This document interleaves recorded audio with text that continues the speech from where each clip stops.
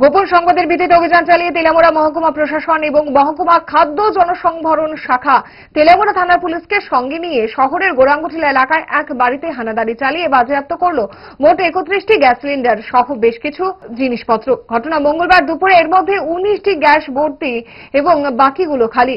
খাদ্য দপ্তরের আধিকারিক অমিত রায় চৌধুরী এই অভিযান পরিচালনা শেষে সাংবাদিকদের জানান, জনৈক প্রবোধ রায়ের বাড়ি থেকে এগুলোকে উদ্ধার করা হয়। অত্যাবশ্যকীয় পণ্য আইন অনুযায়ী এভাবে মজুদ রাখা সম্পূর্ণ বেআইনি। তার গ্যাস ভর্তি এলপিজি সিলিন্ডার তো রাখাই যায় না, কারণ এভাবে মজুদ রাখা আগুন লাগলে ভয়ঙ্কর বিপজ্জনক অবস্থা হবে, শুধু ওই নির্দিষ্ট বাড়ির জন্য নয়, গোটা এলাকার জন্য।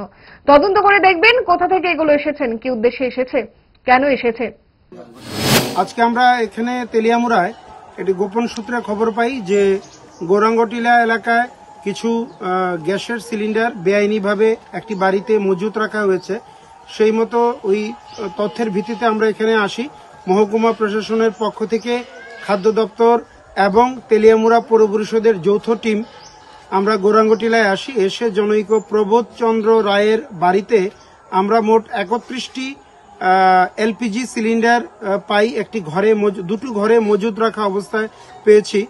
এর মধ্যে 19টি সিলিন্ডার ভর্তি সিলিন্ডার, এলপিজি ভর্তি সিলিন্ডার, আর বাকি সিলিন্ডারগুলো খালি সিলিন্ডার।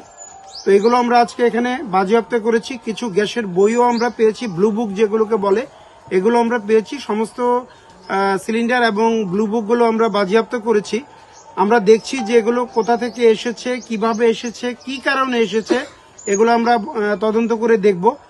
আমরা তেলিয়ামুড়া থানার পুলিশ আমাদের সঙ্গে আছেন, সিকিউরিটি স্টাফরা। আমরা যেটা বলতে চাই সবার উদ্দেশ্যে যে এটা একটা বিপজ্জনক প্রবণতা, যে কোনো ধরনের লাইসেন্স নেই এবং এই গ্যাসের সিলিন্ডার যে কোনো জায়গায় রাখা যায় না।